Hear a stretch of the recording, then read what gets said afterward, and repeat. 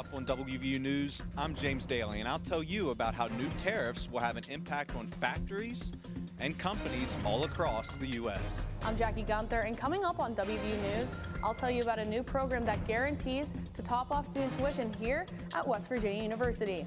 It's been 1 year since Morgantown enacted the POTA ordinance. I'm Patrick Walsh, and I'll tell you about the connection it's had to the Arts District. WVU News starts now.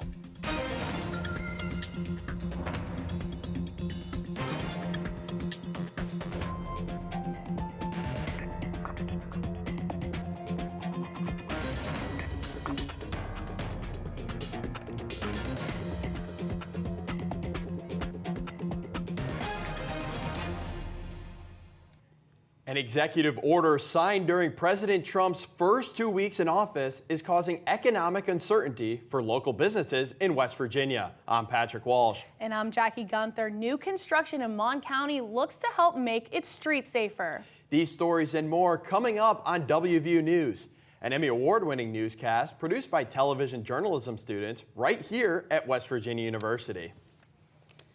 On February 1st, President Donald Trump signed executive orders imposing tariffs on Canada, Mexico, and China. And while some of those tariffs are on pause, James Daly joins us now in the studio to tell us more about their local impact. James? Thanks, Patrick. Jackie, despite the pause, local businesses in West Virginia say these tariffs are causing uncertainty for them at the start of a new year. President Trump announced a 25% tariff on imported goods from Mexico and Canada and a 10% tariff on imports from China.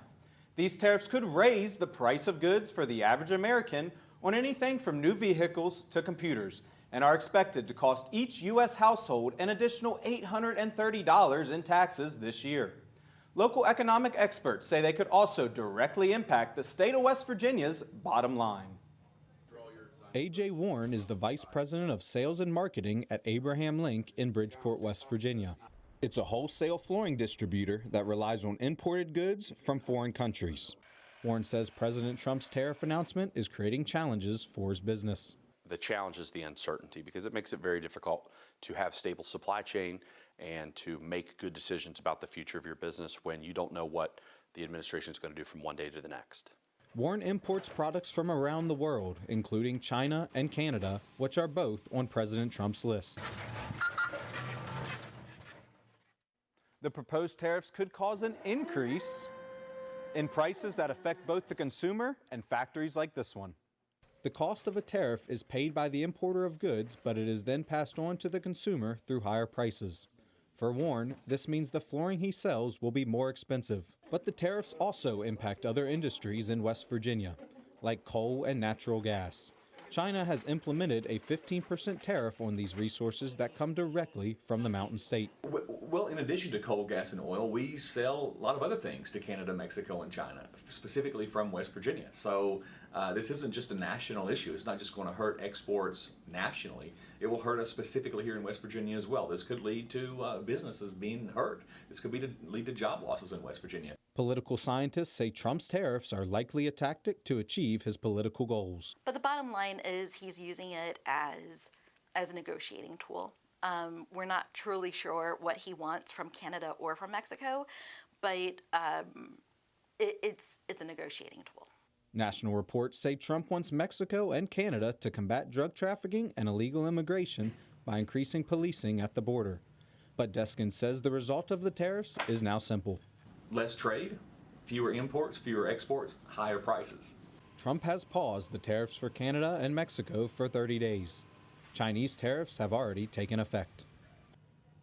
Mexico promised to deploy 10,000 troops to the U.S.-Mexico border in return for Trump's tariff order to be paused.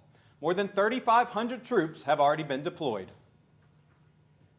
Thanks, James. It's been 1 year since Morgantown enacted its POTA ordinance, which allows people to order alcohol from certain restaurants and take them to go as they walk around downtown.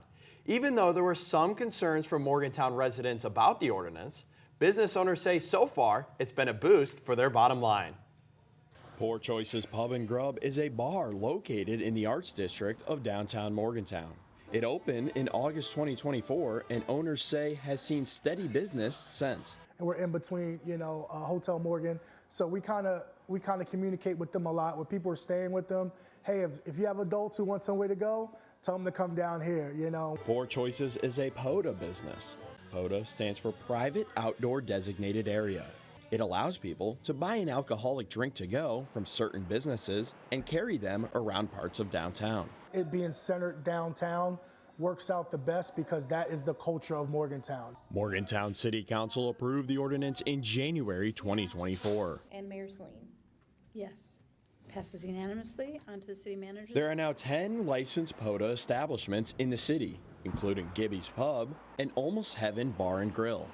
In order to take your beverage with you, head to any POTA licensed establishment and buy your beverage in one of these plastic cups. Now you're able to walk around Morgantown and the Wharf District. Morgantown is the third city in West Virginia to enact this type of ordinance. City Councilor Danielle Trumbull was determined to pass it. We wanted to make sure that it was going to work for Morgantown when we put it in place, and we're very happy with where we are now. City residents were concerned college-age people would abuse the law, but Trumbull says they haven't had any issues so far. And for Smalls, it's meant an increase in business. He's excited for the future of POTA in Morgantown. Businesses can sell these beverages from 4 to 10 p.m. on weekdays and 10 a.m. to 10 p.m. on weekends. But Trumbull says the city has the power to change the POTA scheduling hours during festivals and other events downtown. While Morgantown says their POTA law hasn't impacted safety for residents, in next-door Granville, the town is taking on some major construction projects to improve road safety. Granville is installing new traffic lights at 2 highly traveled intersections. The $1 million project includes installations on University Town Center Drive and on Sesame Drive.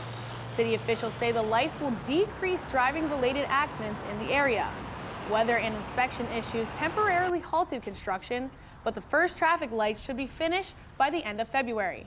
Until then, drivers can expect slower commute times as traffic is reduced to 1 lane from 9 a.m. to 5 p.m. during the week.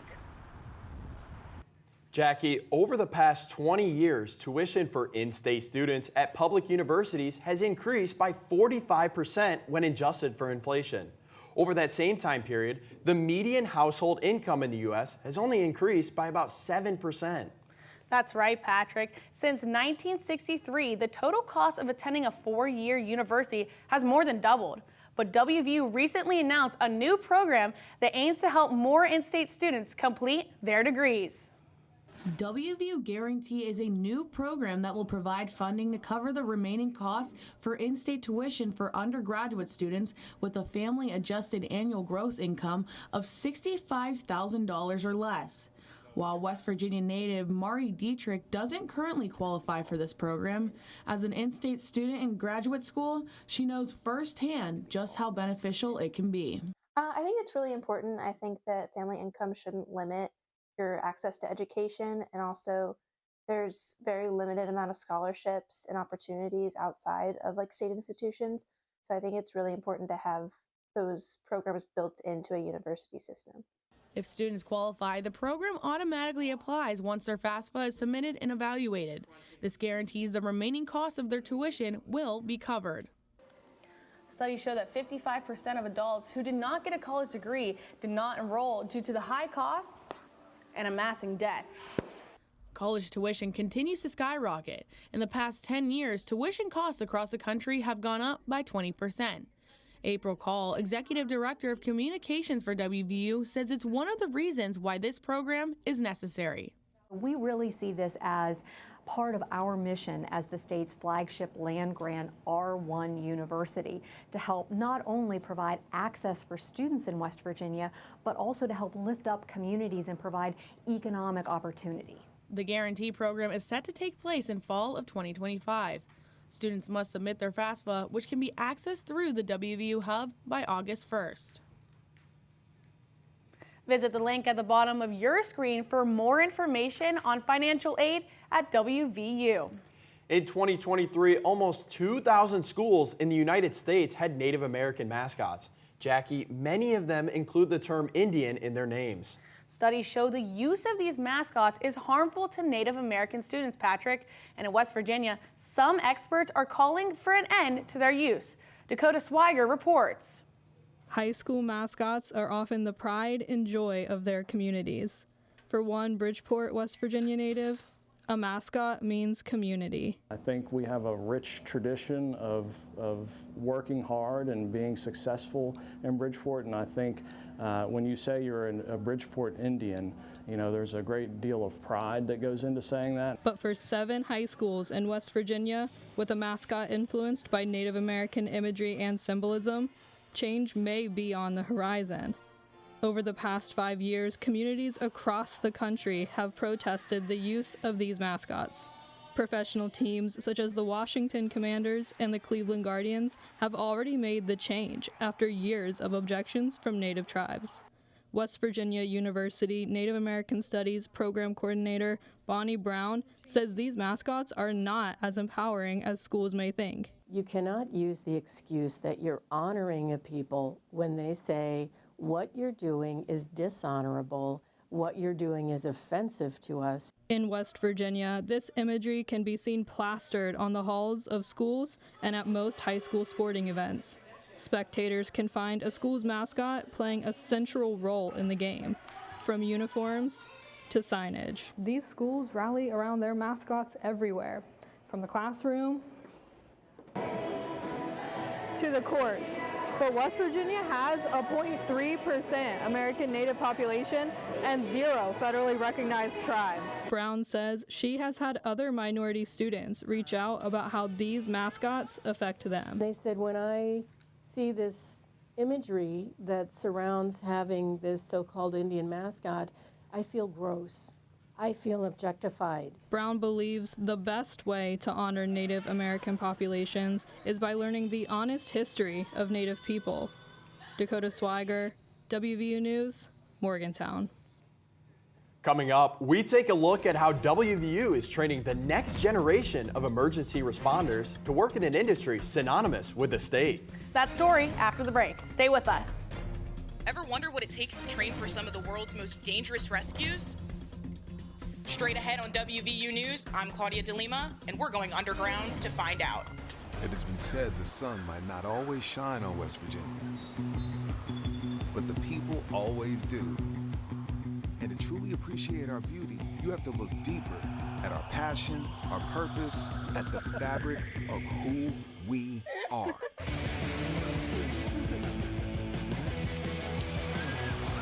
Because it's always a great day to be a Mountaineer. Wherever you may be. Let's go!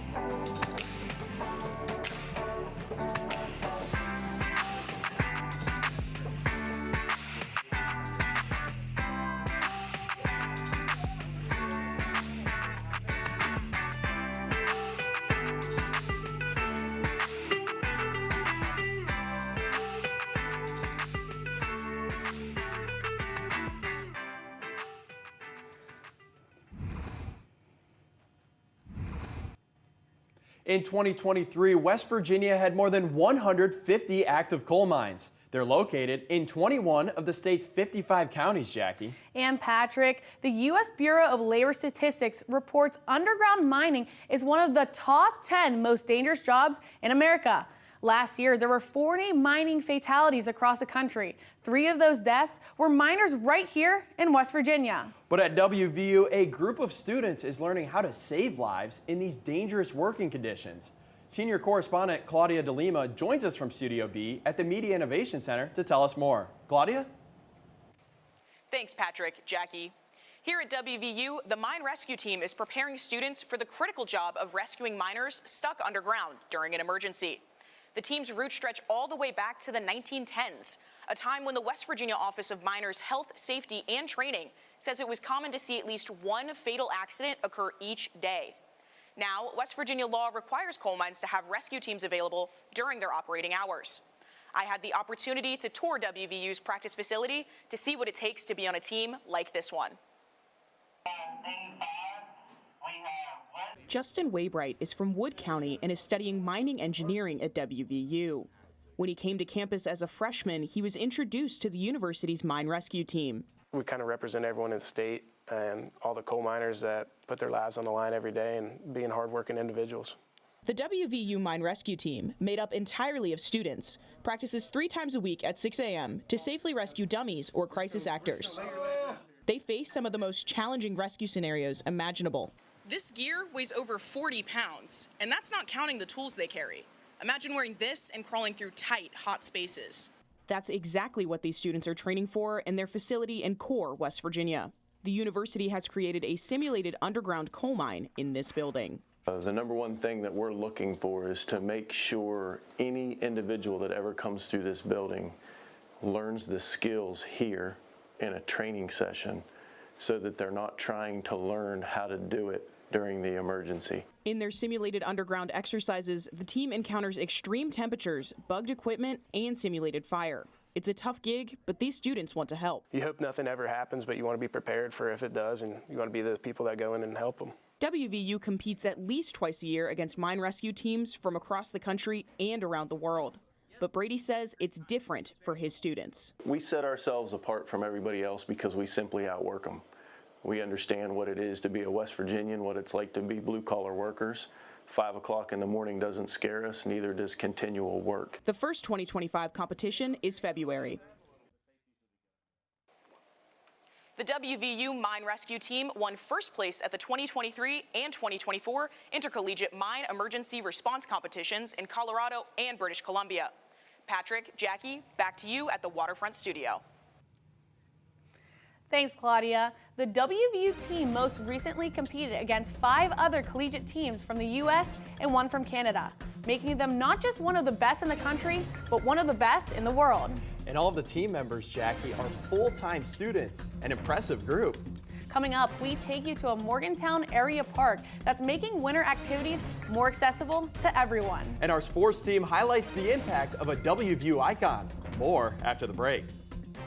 After the break on WVU News, I'm Terrell Thompson, and I'll tell you about a Mountaineer legend you might recognize, whose legacy has been cemented all across WVU sports this season.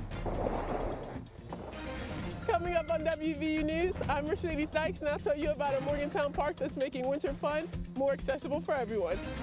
It has been said the sun might not always shine on West Virginia, but the people always do. And to truly appreciate our beauty, you have to look deeper at our passion, our purpose, at the fabric of who we are.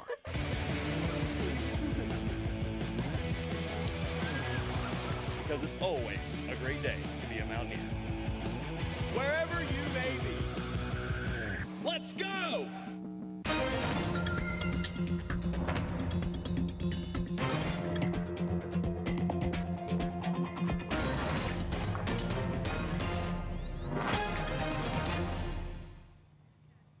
Welcome back. WVU Athletics celebrated one of its most widely known alum at a special event last month. Jerry West played basketball for WVU from 1956 to 1960 before he was drafted into the NBA and went on to become the logo.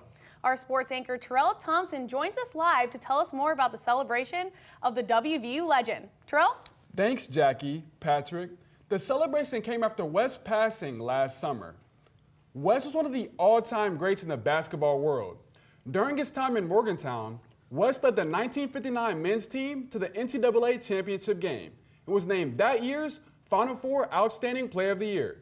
After graduating, he was the 2nd overall pick in the 1960 NBA draft, played 14 years in the league, and went on to become a coach, a general manager, and a consultant, winning a total of 8 NBA championships In Morgantown, his family and friends are making sure he continues to have an impact on the sport and celebrated that last month at the Coliseum.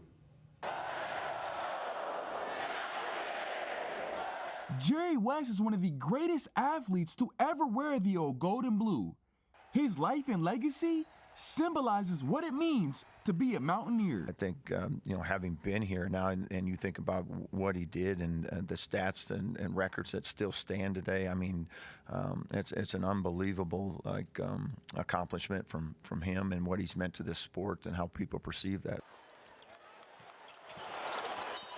This season, the men's basketball program celebrated Jerry West Day, where they honored the life of West in a sold-out matchup against the then #2 ranked Iowa State Cyclones. West's family and friends were in attendance for a special halftime ceremony that honored the Mountaineer legend. The WVU athletics season has been all about honoring number 44. Not only is the number retired across all 18 D1 varsity sports, but every program wears a number 44 patch on the uniforms like this one added to the Coliseum court.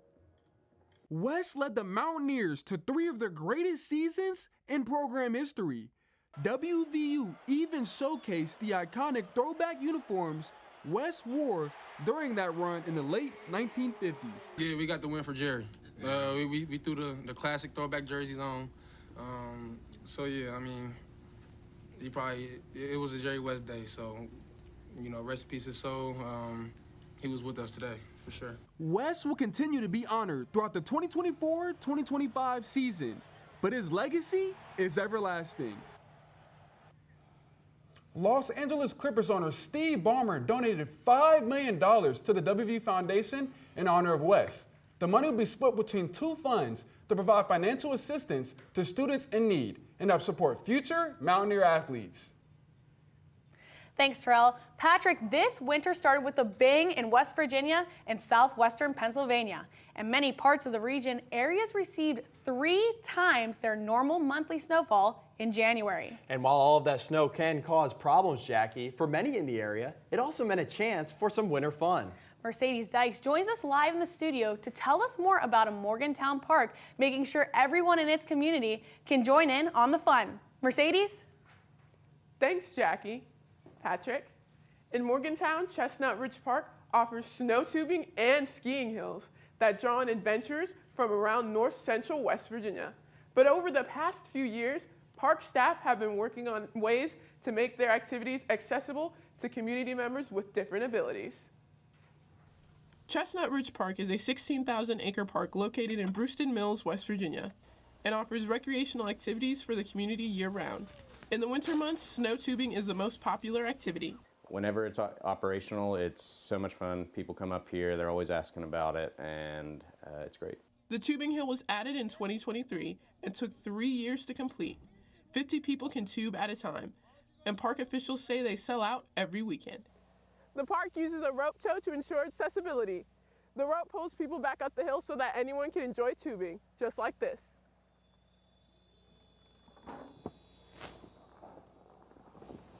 Park staff member Kirsten Louie says accessibility for patrons is important to the staff.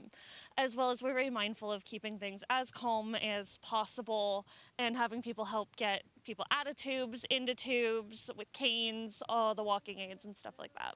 While the rope tow ensures that anyone can enjoy tubing, Park Superintendent Corwin Hoban says when it's out of service, it affects people's ability to snow tube. People come out and sled and walk up the hill, and that definitely prevented some people from being able to come sled because it's a pretty big hill. It's quite a walk to the top. The hill is open on Fridays, Saturdays, and Sundays. Patrons must review and sign a safety contract before tubing. West Virginia is known for its outdoor winter activities and has 4 skiing resorts as well as the longest sled run on the East Coast. You can find that adventure at Blackwater Falls State Park in Tucker County. Thanks, Mercedes. Well, that's going to do it for this week's edition of WVU News. I'm Patrick Walsh. And I'm Jackie Gunther. You can visit us online on our website below. You can also watch our shows on YouTube. We also stream on HD Media's website and watch us on KDKA TV out of Pittsburgh on Saturday mornings. Thanks for watching. We'll see you next time.